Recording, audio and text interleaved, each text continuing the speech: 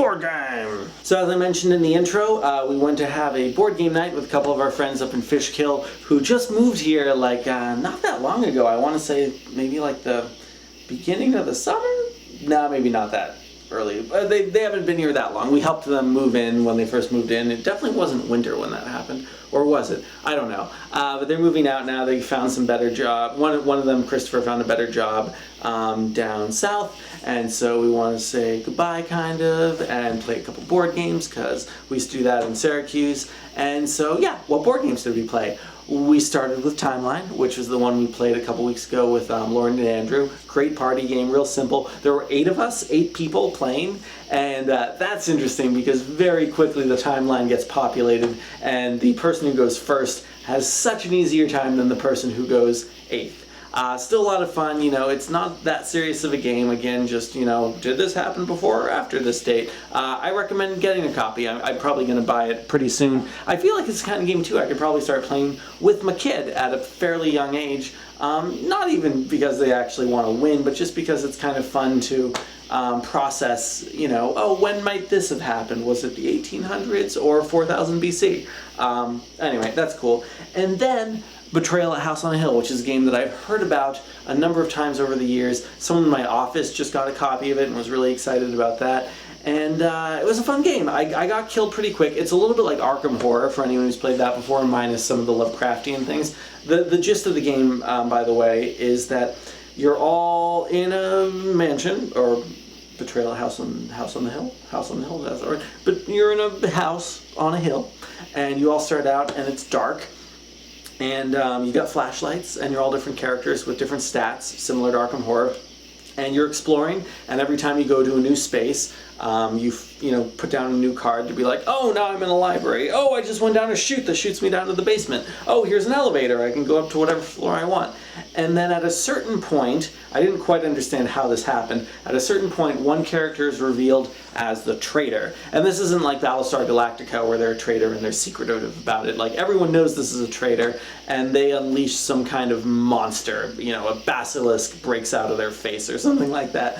And then suddenly, that's where the game gets serious, because then it is all the players against that monster, or, you know, trying to get out of the house or something like that. And so my immediate goal was, oh, I'm right next to Lauren. Lauren ended up being the traitor, and I'm going to try to kill her.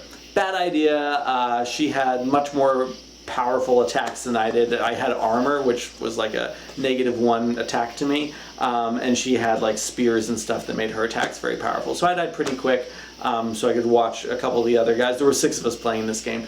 Then I went over to watch Christopher and Andrew playing Rivals of Catan, which is a great little 2-player game I highly recommend.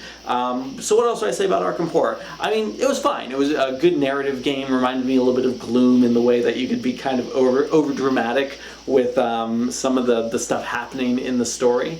So it was fun. You know, in Arkham Horror 2, which my wife loves, both of these games, I understand the appeal of them. Something about it maybe just isn't that exciting to me because so much of it is chance-based. There's so much of it is die rolls. And by the way, I kind of like that the dice in this game, they're all dice where there's 3 blanks and then a 1 and a 2. There's a simplicity to that I kind of like versus other games where you are rolling like 25-sided die. I don't know if there is a 25-sided die. Look it up. Let me know if there is. But yeah, so all I'm going to say is I give this game 3 stars with a confidence of 3. Yeah, Betrayal, House on the Hill, pretty cool. Check it out. Anyway, let's go to Rum Run. So after the other 2 guys, Chris and Andrew, finished playing Rivals of Catan, 5 stars, confidence of 5. My wife and I played that on our honeymoon. It's a great game. I pulled out Rum Run, which I hadn't played in a very long time, maybe over a year. So that was good to just be like, hey, let's see how this works again. I'll say this, and people keep asking me, like, why aren't you trying to publish this game? It's a lot of work. Also, I am curious, there's a nagging part of me that feels, Rum Run, by the way, it's a game I won a competition for super quick, 2011, Game Crafter and Mashup. I took Dominoes and Mancala, put them together. After that, and I won, yay. Friends Morgan, Lindsay Davis, other friends who wanted to play test. We refined it, made it very pretty. The reason why I don't pursue, one of the reasons I don't pursue this more as a published game is because I do feel like there's probably a lot of little optimizations that could happen that would make this game make more sense. I'll give you an example. Dominoes, the dominoes aspect. Right now, you have 1 through 6, and yet really the only pieces that matter, you have, 1, 1, 1, 2, 1, 3, 1, 4, all the way up to 6, 6. Really the only pieces that matter, I'd say, is 5, 5 through 6, 6. Those are the strong pieces. Those are the ones that you generally can feel comfortable about putting down that other people won't break. Pretty much all the other pieces are vulnerable, and maybe that's okay, but I feel like there's probably a better version of this game, maybe, that doesn't involve so much concern about other players breaking your road. Mind you, and I'm saying this like, we had a great time last night, everyone had fun. The other two players, I wasn't doing very well, but the other two players were neck and neck for winning. But it lacks a certain level of control that I would like to see. So, you know what, I'm saying Rum Run. I think I'm going to say it's done, it's completed. Anyone who wants to buy it and play it, fantastic. But I think I'm just going to say that it could be better, and there's probably some ways to make it better. Maybe I'll come back to it in 20 years. But I'd like to say that that game's done. And I'm going to focus a little bit more on Terra Neo, which I'm about to, export. I hope so. And that would be great. So yeah, board game design. I'm doing more video game stuff now, so I hope that informs my board game design, and I hope I go back to board game design. Master Plan, I know there's a Game Crafter version of that out there. Let's make it. Board games.